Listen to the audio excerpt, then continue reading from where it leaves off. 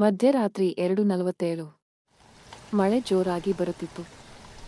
ಅನನ್ಯ ತನ್ನ ರೂಮ್ನಲ್ಲಿ ಒಬ್ಬಳೇ ಮೊಬೈಲ್ ಸ್ಕ್ರೋಲ್ ಮಾಡ್ತಿದ್ದಳು. ಅಮ್ಮ ಊರಿಗೆ ಹೋಗಿದ್ದರು. ಮನೆ ಸಂಪೂರ್ಣ ಸೈಲೆಂಟ್. ಆ ಸಮಯದಲ್ಲಿ ಅವಳ ಫೋನ್ಗೆ ಅನ್ನೋನ್ ನಂಬರ್ ಇಂದ ಮೆಸೇಜ್ ಬಂತು.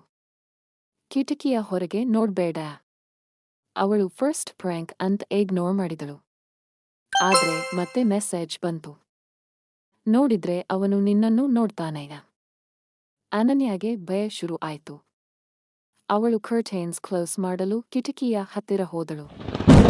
ಅಷ್ಟರಲ್ಲಿ ಹೊರಗೆ ಲೈಟ್ನಿಂಗ್ ಹೊಡಿತು. 1 ಸೆಕೆಂಡ್ಗೆ ಮನೆಯ ಕಾಂಪೌಂಡ್ ಬಳಿ ಯಾರೋ ನಿಂತಿರುವ ಶಾಡೋ ಕಾಣಿಸ್ತು. ಅವಳು ಜೋರಾಗಿ ಹಿಂದೆ ಸರಿದಳು. ತಕ್ಷಣ ಫೋನ್ ರಿಂಗ್ ಆಯ್ತು.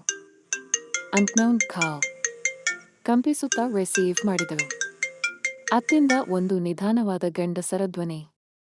ನಾನು ಹೊರಗೆ ಇಲ್ಲ. ಅನನ್ಯಾಳ ಹೃದಯ ನಿಂತಂತಾಯ್ತು. ಆ ಶಾಡೋ ನಿನ್ನ ಹಿಂದೆ ನಿಂತಿದೆ. ಅವಳು ಸ್ಲೋಲಿ ಹಿಂದೆ ತಿರುಗಿ ನೋಡಿದಳು. ಆದ್ರೆ ಯಾರೂ ಇರಲಿಲ್ಲ. ಅವಳು ಉಸಿರೆಳೆದಷ್ಟರಲ್ಲಿ ಮಿರರ್ ಅಲ್ಲಿ ರಿಫ್ಲೆಕ್ಷನ್ ಮಾತ್ರ ಕಾಣಿಸುತ್ತಿತ್ತು. ಆ ರಿಫ್ಲೆಕ್ಷನ್ನಲ್ಲಿ ಅವಳ ಹಿಂದೆ ಒಬ್ಬ ಕಪ್ಪು ಮುಖದ ಹೆಂಗಸು ನಿಂತಿದ್ದಳು.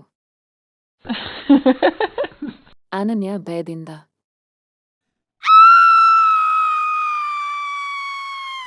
ಮನೆಯ ಎಲ್ಲ ಲೈಟ್ಸ್ ಆಫ್ ಆಯ್ತು. ಮುಂದಿನ ದಿನ ಆ ಮನೆಯ ಡೋರ್ ಓಪನ್ ಆಗಿತ್ತು. ಫೋನ್ ಫ್ಲೋರ್ ಮೇಲೆ ಬಿದ್ದಿತ್ತು. ಆದ್ರೆ ಅನನ್ಯ ಮಾತ್ರ ಎಲ್ಲೂ ಸಿಕ್ಕಲೇ ಇಲ್ಲ.